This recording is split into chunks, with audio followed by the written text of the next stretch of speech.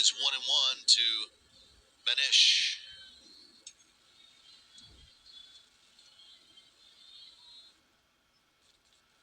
And that one gets past Higgett, and the 9th run will score on the pass ball. 9-2.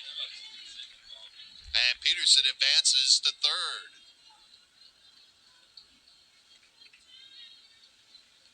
Tough break there for Evansville. And now Matt Mundell wants to have a conversation with his team.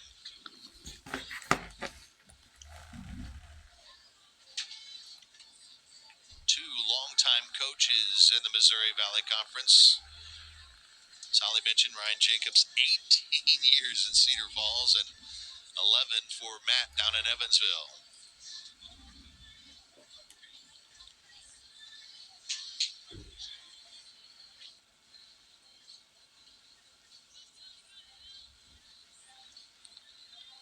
So the count to finish is 2-1. There's one out. And Paige Peterson is the runner at third. And with a run rule hanging in the balance, Matt Mundell has called his team all the way in. As you see, the outfield is playing in, and the infield playing at infield depth with the one out. Really trying to gun down that 8th run. And this one gets past Higgett, and sliding home safely is Peterson. And there's the run rule. Northern Iowa And the run rule. Evansville. So Northern Iowa advances to the semifinals of the Missouri Valley Conference softball championships.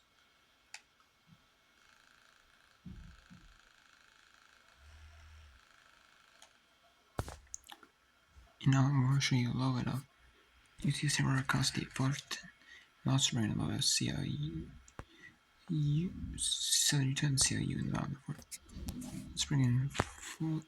Let's bring in Santa Barbara and Cal State, Fullerton, the 6th game, and CLU, Southern Utah, and CLU is an orphan. It doesn't say what specific game of the tournament turn. This is their quarterfinal. We have the 3 seeds, UC Santa Barbara, and 1 seed California State University, Fullerton. So yeah, it's 3-2, top of the 5th here.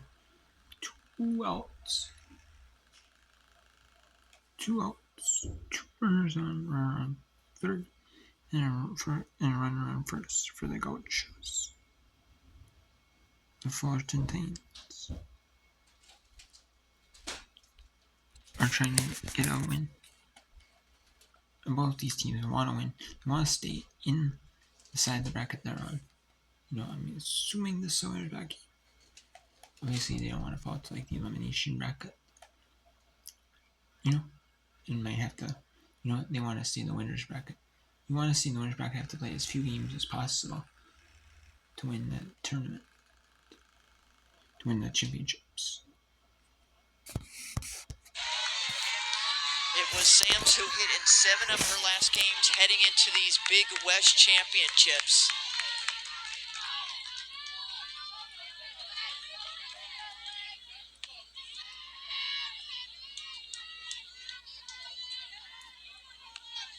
Sam's second team All Big West last year, hitting a healthy .357. 309 coming into this game. The 1-2 pitch. And just foul.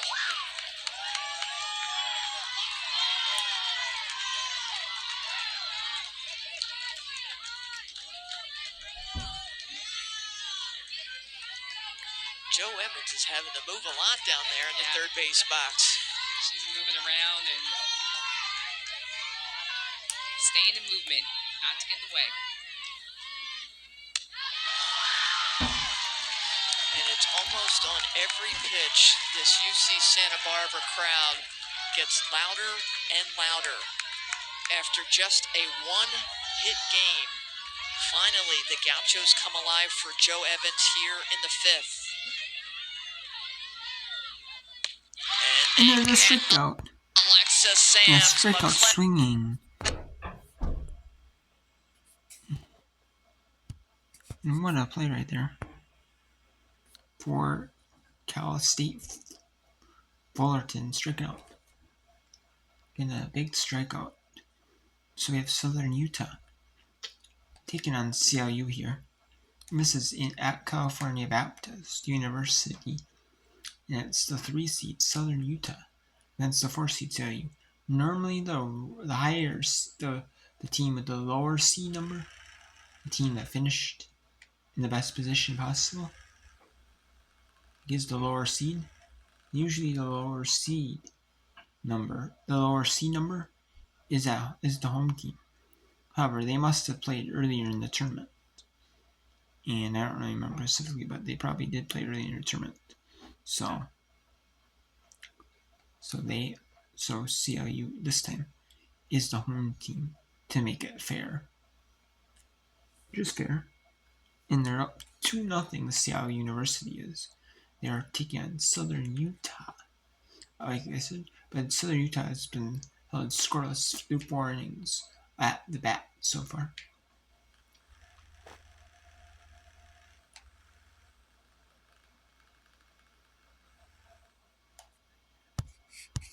Before now at second, and Johnson at first on the fielder's choice. And it does say what game it is. You just have to click on watch the broadcast. It's game 8.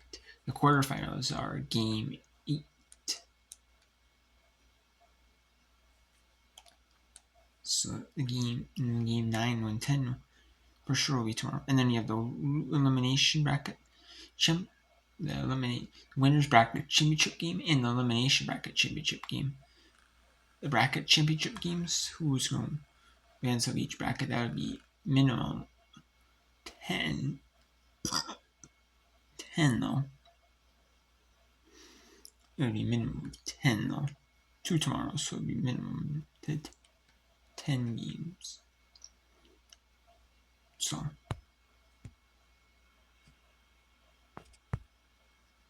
and since there are only 2 games in, it's kind of hard to do some whip around on. We'll do just a little bit more. We saw just a tiny little tad of Sarah Run Cosiport. Really both games did a tad on.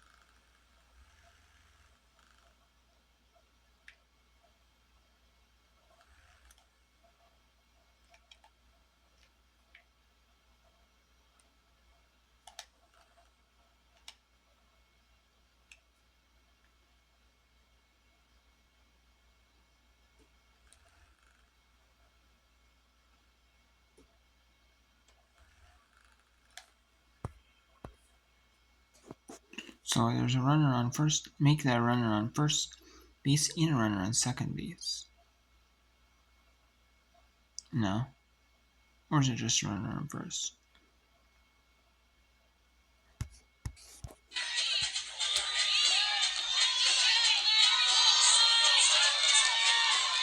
Crystalline Romulo had a triple her last at bat.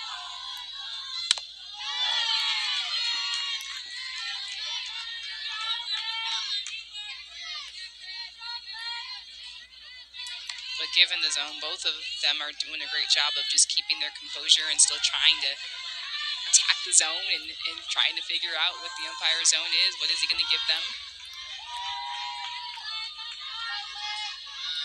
Squares to bunt. The sacrifice is down. The throw to first just in time. And Paulovich moves to second in scoring position, and she represents the tying run. Kate Verhoff, the sophomore. 0 for 1 on the day, a .262 hitter, and then the top of the lineup. But we may have a pinch hitter here for Cal State Fullerton.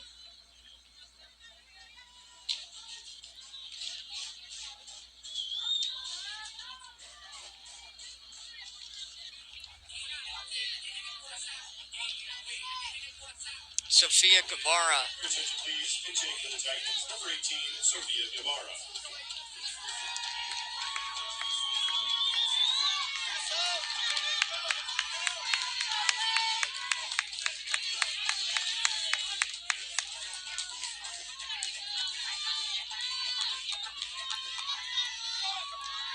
Sofia Guevara.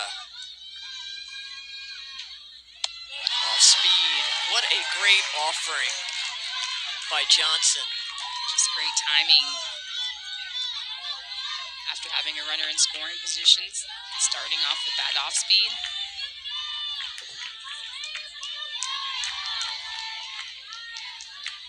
Runner on second, top of the order up next. Guevara gets an inside pitch and sends that far, far away.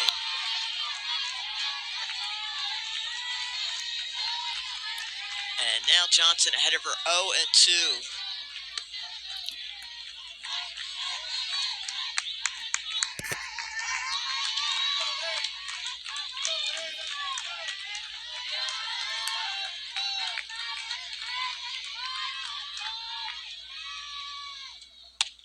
She gets the pitch hitter, Sofia Guevara, for the second out of the inning. She went right at her.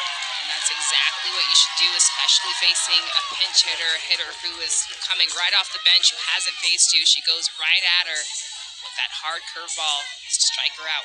That is the first strikeout for Malaya Johnson. And now she's got the top of the order in Colby McClinton, first team all Big West. She goes low in the zone, ball one.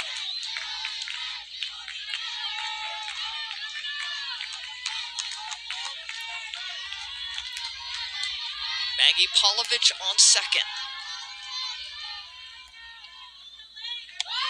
Speed, boy, that was a good pitch. And when she commands that and throws that as a strike, it's tough.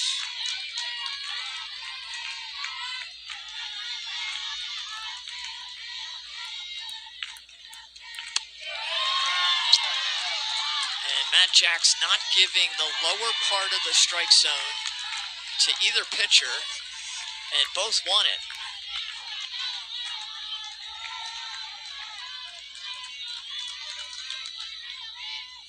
And why not play a little slow pitch softball with the changeup? Strike two. Hey, if it's working.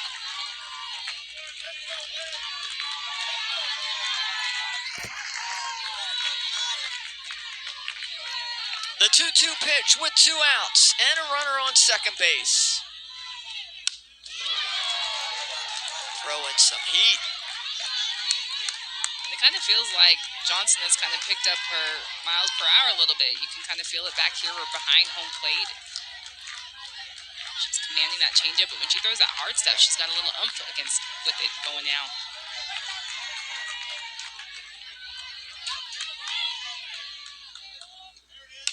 And there's the changeup, the bloop to Jazzy Santos, who gloves it. Now we're left a little bit of this, just a little bit of look around that CLU for like 5 minutes, 6 minutes more total. Just put on for, and we'll do a little bit of Southern Utah and CLU or CLU at California Baptist. That's why Wilkinson pinch running for Boosted, got those wheels on her, able to slide in, and now she's just 60 feet away. Nice job by Spadafora to complete the out. Number 9 batter Terrellyn Allison up. That was a bit of a crazy play.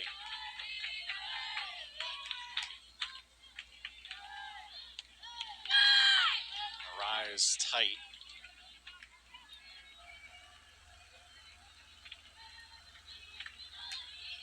Somehow Allison can get aboard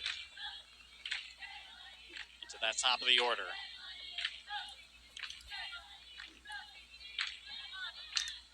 A chopper. This is going to be a tough play for Morris. Throw to first is not in time. Hokinson scores. And Southern Utah has cut the deficit to 1. Nice play by Terrelyn Allison to extend this one. Just gets just enough on it to bounce it over the pitcher and force the infield to have to make a play. And softball, it's tough to get there. They're going to review it. Let's take one more look at it.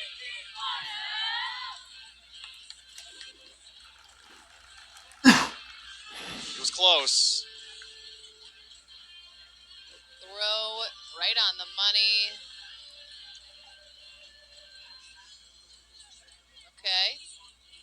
Oh, that's bang, bang. Eye goes to the runner on that one. Yeah, I mean, I don't think you have enough to be able to overturn that initial call anyway. Wow, that was razor thin. First of all, Allison, super fast on that one, my goodness. But we'll see what the officials come up with. Very close. Pivotal call. You're in the top of the 5th.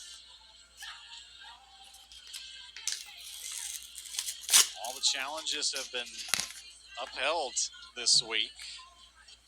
Yeah, haven't had one reversal.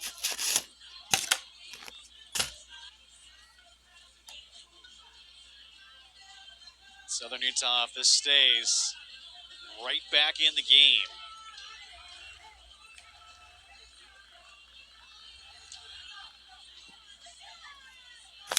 Exactly what the T-Birds are looking for. They stranded 2 there in the 4th, trying to extend this 5th inning.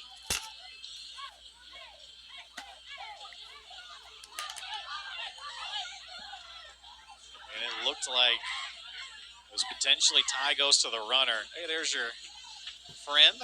This guy is my favorite guy in the crowd. Not that I have any favorites, but he is out there getting the crowd fired up. His flapping arms, Red Hawk chant. I'm living for it. We love the passion. We love the energy.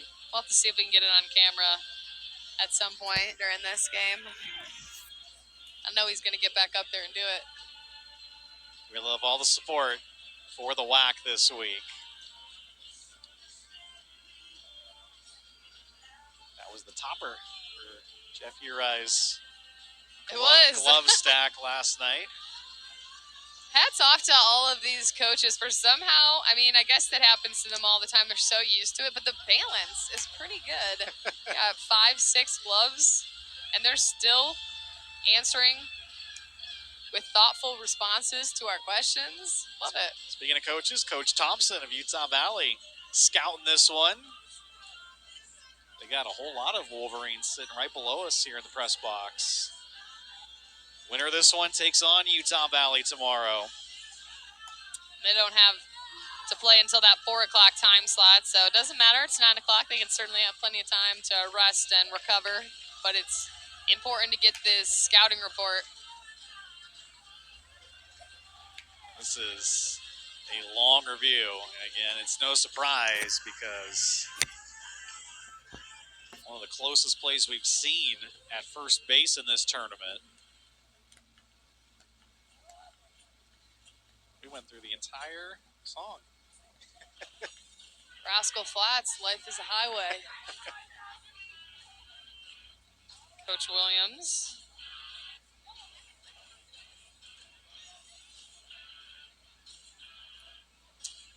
Oh, there we go. We got a response.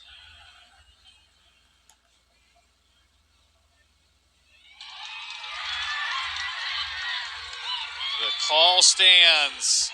Terrelyn Allison beats out the throw from Mikey Morris.